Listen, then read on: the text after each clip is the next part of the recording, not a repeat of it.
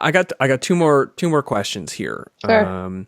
Before we close, and the first one is kind of, I mean, it's kind of jumping back, and you sort of talked about it already, about different psychedelics, and pharmacologically, LSD and psilocybin very similar, but LSD and psilocybin very different than ketamine, right? And Yeah. LSD and psilocybin very different from ketamine, but also say from nitrous oxide.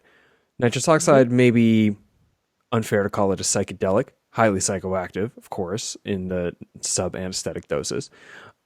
Similarly for ketamine, which may be unfair to call it a psychedelic, but certainly closer to psychedelic than booze or something. But if I know correctly, ketamine and nitrous both have direct impact on glutamate transmission. And with ketamine in particular, the NMDA receptor, which is essential in learning. Yes. So I could see how with LSD and psilocybin, the capacity to modulate the brain in a way that creates a psychological emotional experience where people are able to bring more novel iterations of old memories to the surface, and being in a, such as what is claimed with psilocybin, a highly susceptible place, highly, Hmm. what's the word I'm looking for, suggestible place, Hmm. can lead to intentionally, infusing new meaning into old memories. Hmm. But with ketamine, and I mean, I'm throwing in nitrous here because I'm recently quite interested in it. No comment.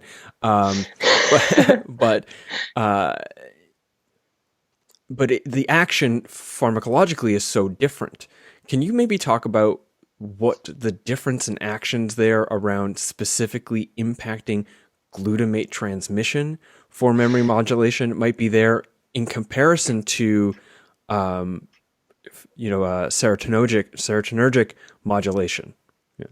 Sure, sure. So the first point that I would like to make here is that, as you've mentioned as well, with talking about this infusing of meaning, which I like very much the expression of this infusing meaning into old memories using the classical psychedelics such as LSD or psilocybin.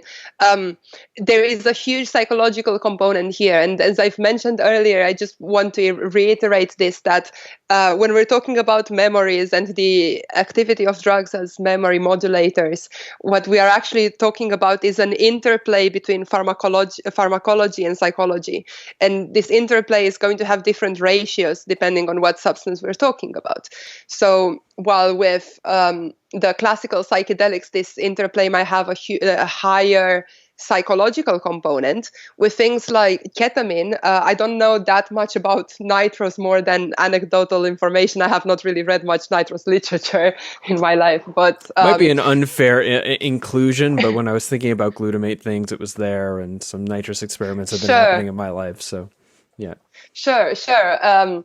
It is an anesthetic in principle, right? And they do, I'm not 100% sure. Perhaps we can check this information later, but I suppose it's also an NMDA antagonist, just like ketamine is. Well, I'm not As sure. I don't know anything about nitrous. Actually, I Let's shouldn't be just talking let's about just it really. we'll just put that on the back burner. But Yeah. ketamine, right? So ketamine is interesting because it acts directly on the NMDA receptors. So what this would mean in theory is that ketamine is going to prevent you from forming new memories Hmm. of that particular experience and what's happening right that moment. So it's going to be very difficult for you to take things from that experience and then reprocess them later.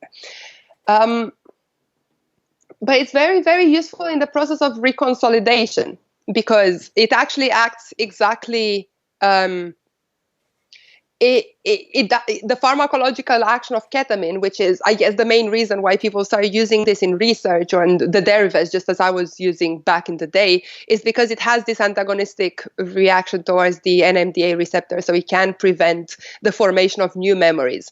But as we've mentioned earlier, the formation of new memories is very, very similar to the reinterpretation of old memories, which undergo a very similar process of the reconsolidation. So what ketamine, you could say, is doing is exactly blocking the reconsolidation of old memories. So so you are essentially not going to be able to stabilize them, to keep them in a stable format. So when ketamine is applied during the recollection of the memories, that is going to be impaired. And I'm just going to take the example of the study that I mentioned earlier once again. I think that what we see there is that for sure it was very difficult for these people to reconsolidate the memory of alcohol being a rewarding stimuli. And this might be the explanation of why their alcoholism decreased in the subsequent weeks after the treatment. And this was triggered by these negative cues that the people were seeing. Now, what is an interesting question to ask in a very fine-grained way of looking at the brain is, to what extent is this effect been caused by ketamine disrupting the reconsolidation of the reward associated with alcohol, and to what extent is ketamine helping allowing you to encode a new memory of that alcohol being presented as a poisonous substance. So there's these two things here which have not been very, very clearly defined so far, but this would be one of the main interesting questions if we are to look into a more finer grain and understand how various substances impact the reconsolidation of memories and generally memory.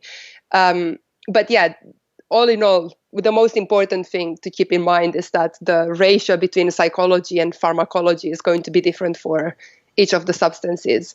And yeah, that's what I would have to say on it.